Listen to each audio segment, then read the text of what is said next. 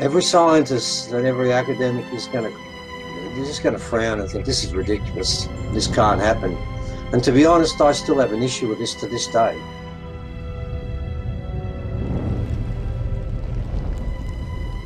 It began with the forging of the Great Rings.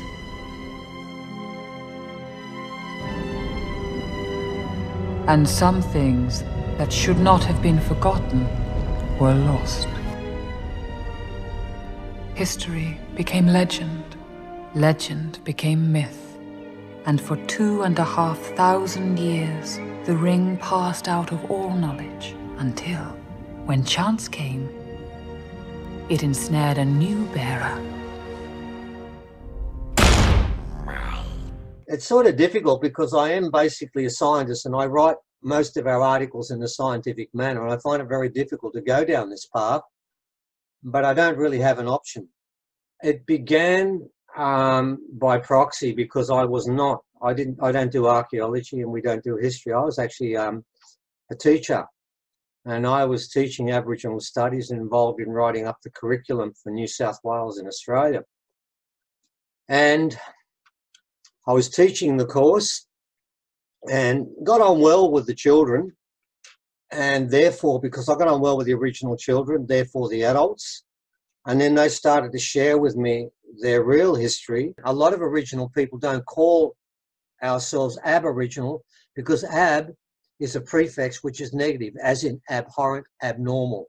Okay. And we believe the original people are the first people, and many original people, it's not my call, many original people call ourselves original, being the first people. We are not ab anything. We are original people, okay? And I realized that what we'd written up in the course, and I'm involved and I'm responsible for this too, was actually rubbish. All of it. It was so wrong. We had not got any of the original history right. If you go before Cook, nearly all of it's wrong. That went over like a ton of bricks with any department, particularly the Department of Education, because they know everything. And about 5 or 6 days later, I resigned from teaching and started making a huge economic mistake in writing books and talking about Aboriginal culture as it was given to me by the elders. And that's basically what we've done ever since. We actually wait for elders to contact us to invite us on the country. We don't go ferreting around the countryside looking for things. We wait to be told. And when we go there, we work under the elders' direction. We're given the answer, which makes it a lot easier, and then we just work out the questions. So it's as simple as that. If the Department of Education had agreed to a rewrite, I'd still be teaching to this day. But because they didn't, I was backed into a corner. I knew what the truth was, and I knew they were lying. Not deliberately, but just because institutions can't see the truth. It's just part of the way they work. So we walked out of teaching, well, I did anyway, and went into the bush for a much lower income, but with many more truths. You've got a lot to say about it, and I can't wait to hear more. Okay, well, I'll try and keep it brief because it is an interesting story, but we better make sure we cover it reasonably well.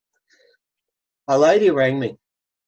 Her name is Roz, and she's been an amazing backer. She's bought tens of thousands of dollars worth of rocks that were being sold on auction for us and helped us a long time in many ways. And she rang and she said, I've seen this ring on eBay I want to bid for. And she asked me, what did I think? Well, I was wholly underwhelmed by the whole idea of doing rings. Yes, it was found in Australia, and yes, it was found 1.5 meters beneath the surface. I've spoken to Sean Oakes about that, the guy that found it, and that's legit.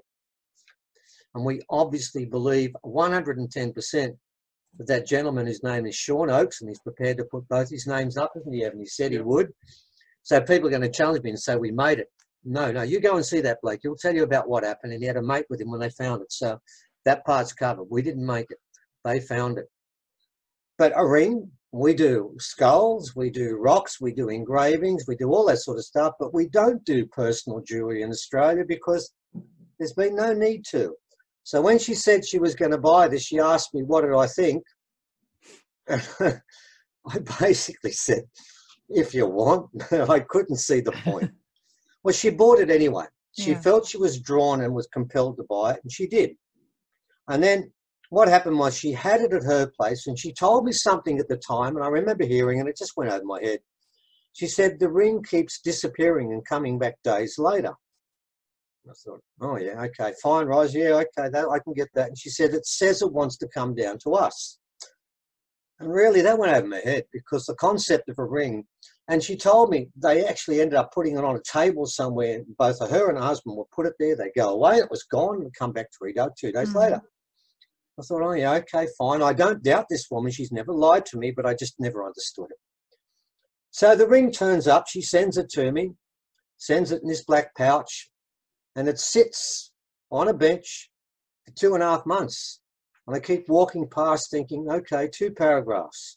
Shouldn't be in Australia. Original people have stick, stone and bone technology. It's an amazing ring. It's got a compound of 5 elements. It's got shapes and marks on it no one's ever seen. That's 2 paragraphs. Nothing else. I just couldn't see what I was going to write about. So then what happened was I decided, okay, one day I decided, yeah, I'm going to look at it. And I knew this, that Sean Oakes, this is what happened.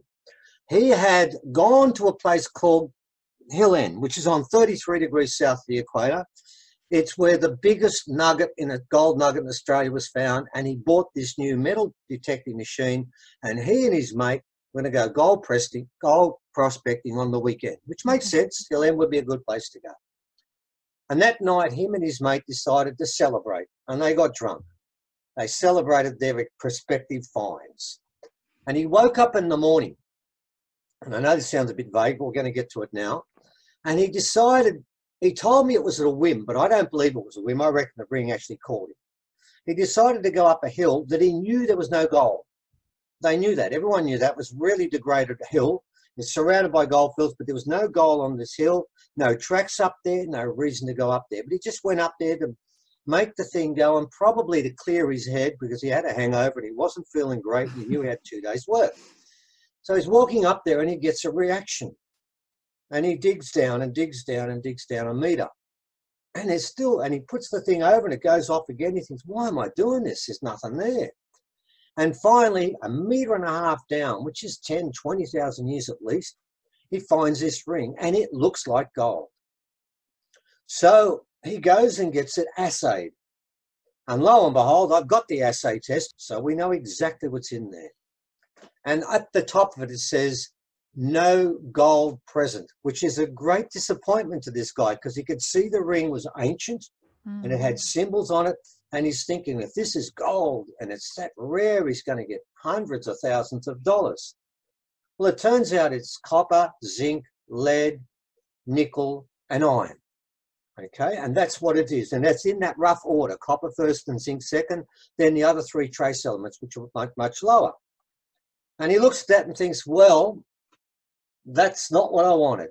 So he has it for a while, and he had a major event with it where it gave him a clue there was something unusual about the ring, where he went away one day and he got a phone call from the police to say his house had been burgled and his car had been written off, which is not a great thing to get when you're on holidays. So he races back to his place, goes into his house, and there on the ground is the leather pouch. And guess what's missing? The ring. And he thinks, oh, well, they've come to steal the ring, because he's told a few people about it. And you'll find out now, we've had offers for it that we know go into millions of dollars. Anyway, he doesn't know any of that. And he just thinks, oh, the ring's gone. So he goes down to see his car, and down the end of the road, it's been written off.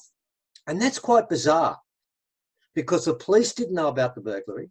No one in the street knew about it. So why would you steal a car and then go off at 100 k's an hour and write the car off going around the corner? Wouldn't you just drive off slowly? But when he gets to the car, there's a tape around it, crime scene, the whole business. You go around to the passenger side seat door, and there on the ground, the door's still open, the ring is sitting there. And the question he's asking himself is, did the car get crashed by these people speeding off? And did the ring just coincidentally drop out as he ran away? Or did the ring get involved? And his answer was the ring got involved. And I took that on board. So then what I did was, Evan normally does all the computer work. I think today, as you know, he turned it on. I don't know what's going on. I didn't do any of it, but he wasn't there that day, and I decided, okay, I'm going to write about the ring. I've got 5 elements here. I'll just punch them into the computer screen and hit search and see what comes up. Nothing. Not a thing. Not a scientific paper in the world has these elements in this order. Nothing anywhere. And there was only one hit, and it was under Wikipedia. Now, Wikipedia's written about us, so I can tell you now it's not very nice what they've got to say to us, is it, Evan? Oh, yeah. And I figured, Wikipedia, right, the source of all left-wing information, I won't bother looking. So I kept looking for a while, and finally I went to it. And lo and behold, when I got there, I see Plato, Pliny the Elder, Aphrodite, a poem about Aphrodite by Homer. And I think, hang on for a sec, I'm going to look at this in more detail. And I find that it's got a name, and it's called orichalcum. And the 5 elements are exactly the same elements we have off that readout. And I thought, hang on, this is getting a bit more interesting. And I read about orichalcum, and it's only found in Atlantis. Now, up until this day, we have never written about Atlantis, nor have we taken any interest in it. So we're not flogging the Atlantis story because we weren't interested in it. It meant nothing to me. I thought, Atlantis, well, I've heard of it, but there's no actual proof of it. And hang on for a sec. If this ring is from Atlantis, then there is proof. This is the first concrete proof it exists. Orichalcum was Aphrodite's special ring, and it was devoted to her, or that particular substance was devoted to her. And in Atlantis, in the temple of Poseidon and Cleito, the inner sanctum, the walls, the floor, and even the pillar with all the information placed on it was only in orichalcum, and it had a gold dome on top.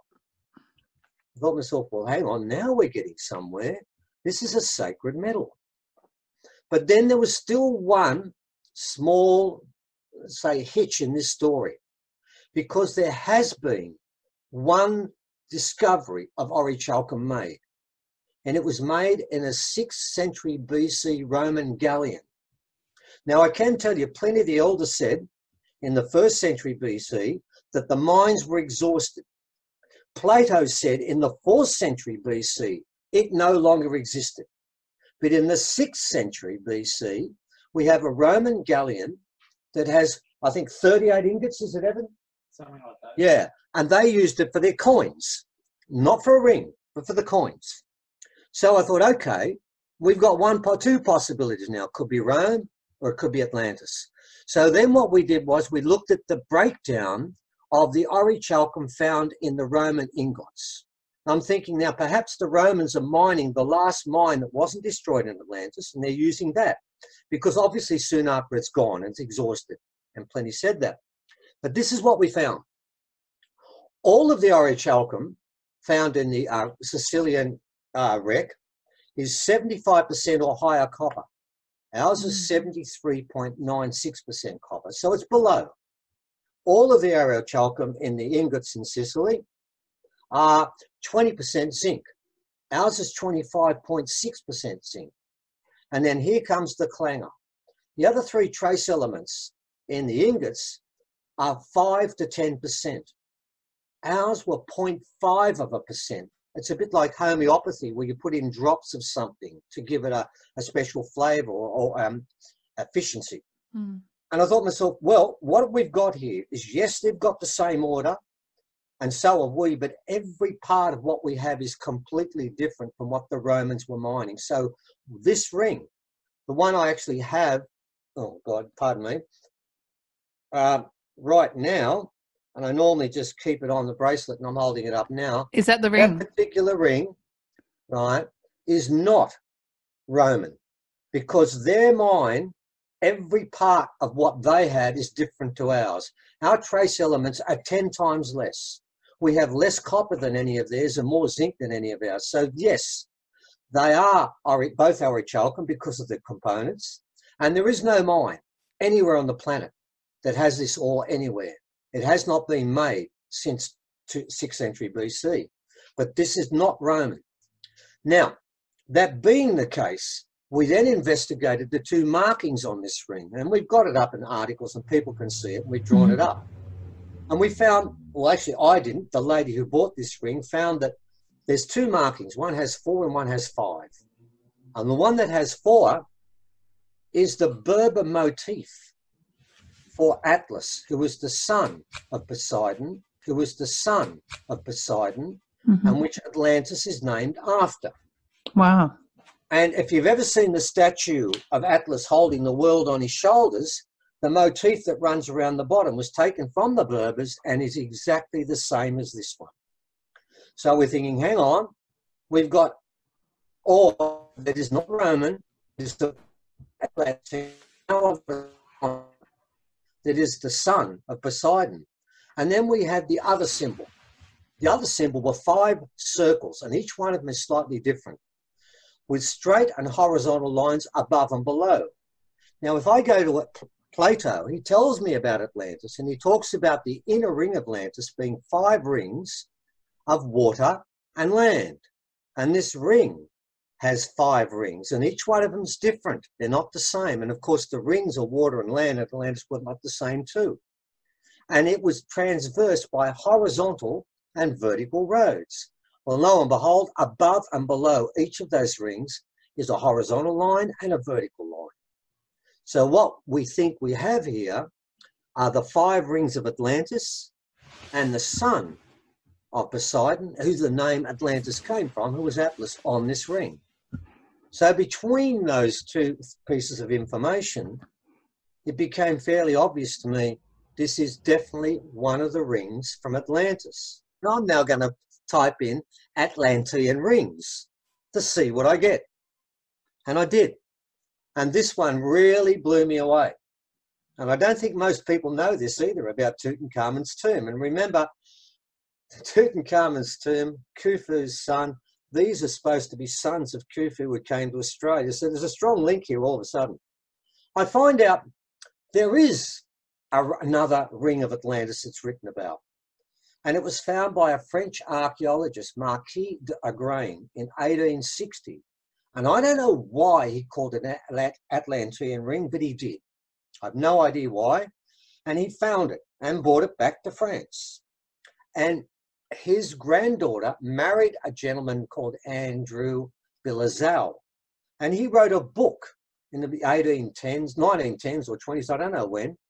And he said that the ring that he had could destroy all negative energy, be it invisible or visible. It was purely positive energy and could overcome anything.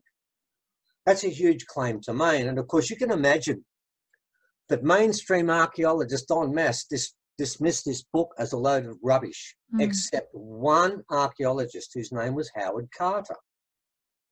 Now, Howard Carter was the person who led the expedition into Tutankhamun's tomb. Now, Howard Carter went across to France and he saw this ring and he was very taken by it. And he was told by Bilazal that it's the markings on the ring that give it this magical power. So they made him an exact copy of this ring. He was given, and then when he wore that ring, he put it on his little finger. And if you find pictures of Howard Carter, and we found many of them, you will not find a picture after he went into that tomb where he doesn't have that ring on his little finger. So they made that copy. And what he then did was he had a dream that night when he put it on his finger that he would go to Egypt and make a major discovery. This is all true. So he goes off to Egypt with the copy, not the original, walks into Tutankhamun's tomb, which was cursed. And as you know, there were 18 people that walked in, and after about 6 months, only one was alive. And guess who it was? It was Carter. And he lived for another 30 years. Why did he live for another 30 years? Why is it he didn't die and they did? Because he wore the ring that repels all negative forces, be they invisible or visible. And that's what Bilazal wrote. And Carter believed in it. And we happen to know someone who was in the Carter family, don't we, Evan? Yes, we do. And I think what he did was when he passed on, he gave it to an auntie, didn't he? Yep. And she wore it, like I do, as a necklace, and it's still in that family, and they're only protecting the copy. My understanding is the original ring is incredibly powerful and incredibly magic. So we know of 2 rings, and this is where it gets very Tolkien-esque. We firmly believe, we've been given information to believe a 3rd ring was made, and it's purely evil. Remember Tolkien's story Lord of the Rings is based on a Scandinavian myth of 3 rings that ruled the world. We believe those rings were made in Lemuria and Atlantis, and they did rule the world. Tolkien, most myths on this planet are based in truth, and we believe that Tolkien was writing about these rings. So we knew that that particular ring, and we also then, and of course that backed me into a situation where if that ring was magic, this ring, which has been tampered with, because on the 5th ring, there's been another cup made, and on the other side of the ring, it's missing. So this ring was actually, and if you hold it up, you will see that it's not quite circular. It's been bent.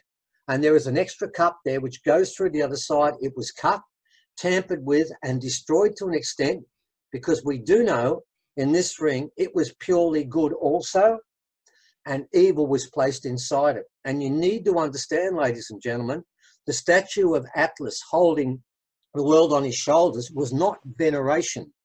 He had led an insurrection in the temple and was punished for doing so, and he was holding the world because he created problems for the planet.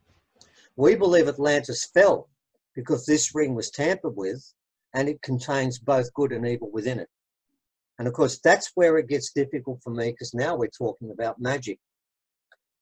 And we have seen, and I can't go into details today, but we have seen when the ring was stolen off us, we've seen what the evil side is like, haven't we, Evan? Oh, yeah. And then when you go back to Tolkien's story of the, yes, I know, the Lord of the Rings, don't forget it was a Scandinavian myth. He based it on a myth of 3 rings that had ultimate power throughout the world. In all that mythology, the reason why people dismiss it is because the word magic goes along with these particular items and whatever they are, whether they be rocks, skulls, or in this case, rings. The trick here with this ring is that, as much as I've never said this before so openly, I basically challenged the ring and said, if you are as magic as you claim, if this is what this ring's about, then prove it to me. And don't leave it in a way where there's room for the rational mind to sit in. Do something that is utterly miraculous. And then I'll start saying this ring is magic and life. This ring, what it does is the person who wears it or holds it, if you're evil, it feeds it. If you're primarily good, because no one's perfect on this planet, none of us are, it will feed that. And the person who stole the ring from us, we were warned by my elders and by psychics we're going to be attacked that night, and I think Evan went to bed without any and woke up with 9 ticks, and he's allergic to ticks. They can kill him. Me too. And this was in the middle of winter when there's no ticks around. I was nearly killed also that night. It was a long and involved story.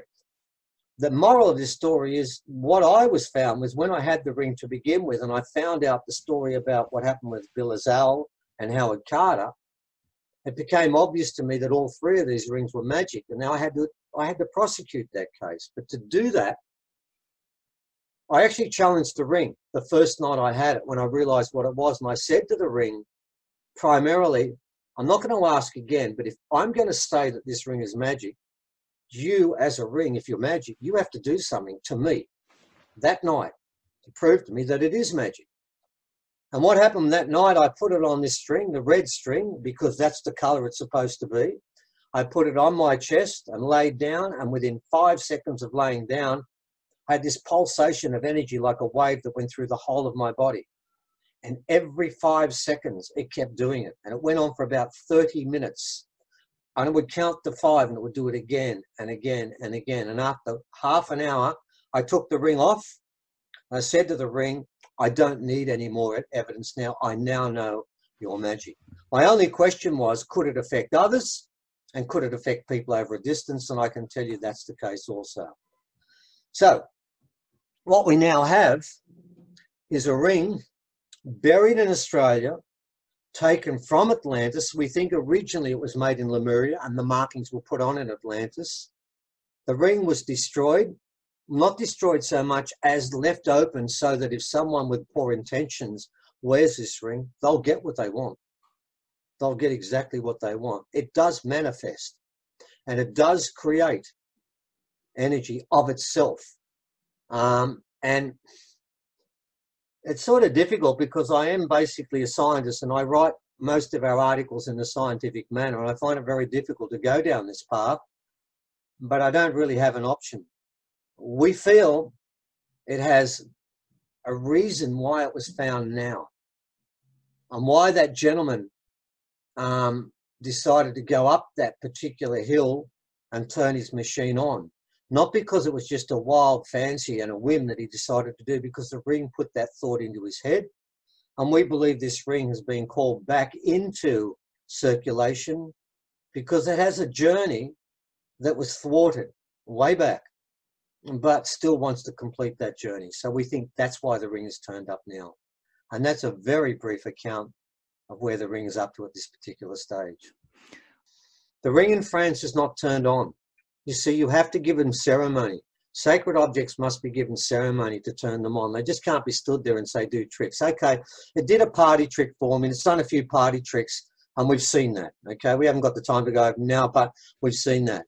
But those two rings together, the other ring is purely good. This ring, under the right conditions, could be more powerful because it understands both sides of the equation. I've had psychics tell me exactly the same thing. Don't take the evil out of this ring, but make sure no one evil wears it. The third ring is being worn. Now, I can't describe what the person looks like, but I can give you some clues, and I can give you a couple of words that will give you a fairly good idea. Think of someone that's incredibly rich, that has no respect for the planet, is more than likely 99.99% reptilian, as part of the Illuminati, and is the one that sits on the desk that runs the show. They'll be wearing this ring. And we believe this ring has been worn consistently since Atlantis fell, around 12,000 years. And that is why this planet, this time around, from the very beginning, it's been under warfare. I taught history, geography in high school, and I can tell you now, when you teach history in high school, you teach them about wars and occasionally about people who think of brilliant things, who get persecuted and release their information after they're dead. But most of our planet for the last 10,000 years has been in constant warfare. Why? Because the evil ring has been sung up, and the beings that have that ring know how to use its power and harness its power. And yes, doesn't that sound like the Ring of Mordor that Tolkien spoke about? Absolutely. I will say again that Tolkien sourced it on a Scandinavian myth that was based on the truth of three rings that did rule this planet. But remember, to begin with, the ring in France and this one, until it was broken, there would have been two rings that were positive and one that is negative. And we respect and revere evil, because without it, this planet would be useless. If it was purely good, if everything was good, then our soul would never be challenged with the inequity, the unfairness, and the things that go wrong, and we know they're wrong. And the people who do these horrible things, if they weren't there, what would you learn when you incarnated here? When you went back to heaven, or whatever you want to call it, they'd say, well, what was it like? Beautiful scenery, some pretty birds and some great looking fish. What did you learn? Oh, I learned it was really nice there, but what challenges did you get? Oh, no challenges. I just went on a lovely scenic tour for 80 years and then died. Oh, where's the point going? If there is no evil on this planet, there's no chess game. And without that chess game, God and the devil can't play a game. There has to be evil here. So that third ring had to be made. We always have to have that chance to drop away, to make mistakes, to fall away from what we're supposed to do. If there was no challenge, don't come to this place. So that was made. But this ring was supposed to be 2 in 1. This ring, I think it was meant to happen. So it becomes 1.5 and 1.5, because this ring can go either way. And to an extent, and I haven't said this before, and this probably isn't going to help us any, we believe we found the ceremony to turn this ring on. And we've given it to it 3 times, and we believe each time it's got stronger. That probably isn't going to do me any long-term favours, because I do know that the wearer of the other ring would become more powerful if he had this ring also. That would make his power far greater. And honestly, there's so much evil on this planet now. Oh, that's the other reason why this ring's back. There's too much. It has to stop for a while. Evil has to step away. This planet has to be cleansed. And if we don't cleanse it soon, very soon, the planet will cleanse itself. Do you mind just holding up the ring so we can have a look at it? I'll try and get it as close as I can. You'll see there's I'll sort of spin it around as we go. You'll see there's a 4 mil by 4 mil piece, then there's a caption, and then we've got a 2 by 2 mil piece on the other side there, 2 by 4 rather. It runs all the way around there. You probably won't see the engravings that well. You'll have to look on our website to see that. It's pretty difficult. But when you can see when the gold prospector got this, it has the color of gold. In fact, I think the Romans call it mountain gold. It looks like it is gold, and he really thought he'd hit. Actually, it turned out it's far more valuable because it is the only ring like this in Australia, on the planet. There's nothing like it anywhere. So why, oh gosh, we've got to move on. I've got so many questions for you, but why do you wear it around your neck and not on your finger? Well, because I wore it on my finger once, I think, when we had a meeting the day before it was taken off. And what happened to my finger, Evan? What did it do? Turned a like greeny colour. Turned greenish blue straight away. Because to put it on your finger, apparently I'm the only male who can put it on my finger. There's 3 women who can. And we believe when the change takes place, the whole of this planet will become matrilineal, and the women will then wear this ring to make decisions. I don't put it on my finger unless I need wisdom, or I'm looking at something where I need guidance, or when we do ceremony with it. The rest of the time, it sits like this, on this, and then it sits on my chest. So I'm in contact with it. But to put it on your finger should not be done lightly. People do come up and ask, can they put it in their hand and can they touch it? And the answer is no, no, no. But occasionally, if I meet someone whose soul is really developed, and I've met a few, I let them hold it between their hands for 1 minute. And I make the point straight away, do not put it on your finger or you will be on the ground, and there's nothing I can do to help you because it will not react to that. For reasons I don't fully understand, I'm the only male that can actually put it on, and I always put it on this finger here. It'll be placed on that one, which I've done just now because I am talking about it, and you'll notice straight after I took it off again. So no, I don't put it on there because I don't think until the time is right, I don't think it's a great idea that I do put it on, and when that happens, I'll need it for certain reasons. But in the meantime, it stays with me. And as I said, I know 3 women who can actually put it on their finger. I saw another woman put it on her finger against my wishes. That didn't end up well, did it, Evan? No, it didn't. It is old. It is incredibly magic, and it certainly, I believe, 110% has a role in the change that's coming, and therefore it's got to be looked after. And I can share one thing with you. Tolkien was right. We saw it with a person who put the ring on that shouldn't have had it and stole it off us. It is incredibly possessive and does take over the person who's holding the ring. There's absolutely no doubt about that, and I'm not going to go into the reasons why I know it's the case. Sure. It certainly has taken over me, but I'm okay with that because I know which half of the ring is taking over me. I know what the evil part is like. It's made its voice clear to me many times.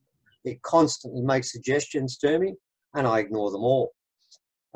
So it's not quiet, but I believe I can get the balance right, and we are giving it ceremony, and that ceremony does not honour the dark side of the ring, honours the light side of the ring, and we're making the light side of that ring stronger and stronger each time.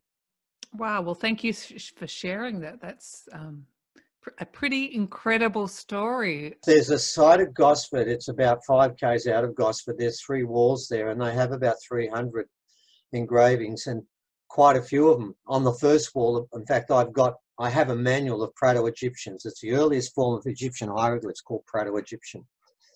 And we know the story there about 2 boats of Egyptians who came, and their boats were shipwrecked, and they'd been beaten up by original people further down the line.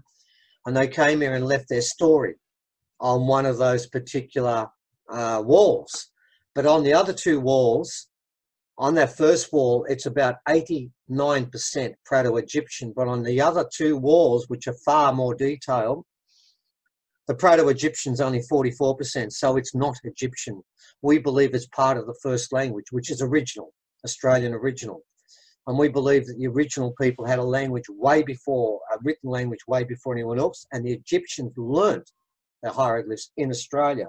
And they took that back, that Proto-Egyptian, which they learnt there, and then took it back to Egypt and started their form of hieroglyphs. I know that's rather radical, but that is our belief. And Can I ask, when you say original people, what are you referring to? What does original mean? People might know that word is Aboriginal. Oh, okay. But we don't, a lot of original people don't call ourselves Aboriginal, because ab is a prefix which is negative, as in abhorrent, abnormal. Okay. And we believe the original people are the first people, and many original people, it's not my call, many original people call ourselves original, being the first people. We are not ab anything. We are original people. Okay? So we believe that the original people had this knowledge, and the Egyptians came and learnt it and then took it back. Sure, they knew about, from the Atlanteans, they knew about pyramids and all that other stuff, but when it came to magic, they came here to learn off us.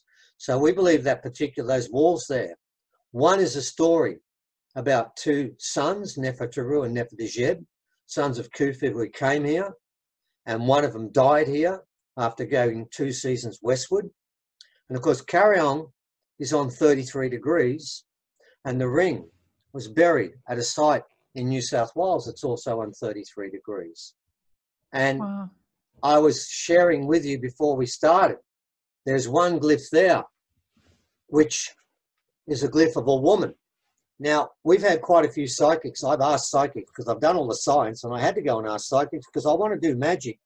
And science doesn't acknowledge magic. So I have to go to people who acknowledge magic and understand it. And all of the psychics have been telling us the same story about the ring being brought to Australia. And quite a few of them were very specific about where. They said that they landed at Carryong, which is why the Egyptians went to Carryong also. And it's worth bearing in mind that Neferturu, when he got to Carryong, went 2 seasons westward, according to the glyphs. Well, if you walked 2 seasons, which is 6 months westward, you would get to Hill End, where the ring was buried. Well, the interesting part is that there's a set of Egyptian glyphs, and I'm sure that's right. Then there's a large section of original glyphs about the Pleiadians coming. It's as simple as that, in the beginning of life, and the mixture between Pleiadians and us. And then there's one glyph on the floor, which is the largest genuine glyph there. And it is of a woman, and as you pointed out before I told you, who is pregnant. And she holds a staff. Now, I know the glyph for that, and that glyph is called a golden staff. She has 2 hands on it, and above and below is half a ring, and it's cut. Remember, I told you before, this ring has been cut. Yes. So I found it interesting that half the ring was above, and then there's a cut, then half was below, and it's a cut. And she's standing on the ground. Now, the ring was buried in the ground, and it was buried in a place where it's a gold field. Now, remember, in the sanctum of the temple, it is gold and orichalcum. So this time the orichalcum is the minor component and buried near gold. And each of these psychics told me that the woman that was holding this on the rod was standing at Carryong and looking west. So I start to look at that glyph, which was always the most mysterious one of all of them. I could never work out what it's about. And I now see it is a woman. She's pregnant, fully pregnant, like 8 months and 3 weeks and 4 days. And she's holding a staff. And many of those psychics told me that she couldn't put the ring on her finger, so she carried it in a golden staff to Australia. So I now have what I think is absolute proof that what the psychics was telling me has been validated at that very special place where the glyphs can be found today. And of course, the third part of that narrative is all about the one dreaming story that goes to every tribe in Australia. Because all of our dreaming stories are land specific except one, and that's called the 7 Sisters from the Pleiades. And we believe that that narrative on the other 2 walls, and of course the most common glyph there, is what the public calls, we never called it this, the public calls it the UFO glyphs. There's 8 of them. And there's 8 of them. 3 are plummeting and 4 are landing because we believe the ship was shot down. And our elder from that particular place, the Darkingong elder, last full descent Darkingong elder, Arnie Bev, told us that that ship crashed in the waters of Bambara, which is 2 k's from where the actual glyph is. And that particular glyph, it says it's to Khufu's sons, but there is actually a star map directly above the glyph that was dated by Sydney Uni. And it was dated to be 2500 BC, which works out to be 4,600 years ago, which is the time when Khufu was alive. So you try and explain to me how you can get those sorts of coincidences at that particular place, and then tell me that, as some said, it was done by uni students, and some other people say it was done by a deranged, intellectually handicapped Czech, and other people say it was done by hippies and all this sort of stuff. Nobody knew about Proto-Egyptian until about 25 years ago. So I don't know how they would have known about it. It was only just discovered in Egypt. And apparently people in Australia knew about it before they knew about it in Egypt, which is rubbish. That particular site is incredibly sacred, and it's got 3 stories in there we know of. The stories of the Pleiadians coming here, the stories of the Egyptians coming here, and the stories of the Ring from Atlantis coming here. And they all went to a place which is 33 degrees south of the equator. So there's a coincidence there which I don't think is coincidental, but entirely intentional.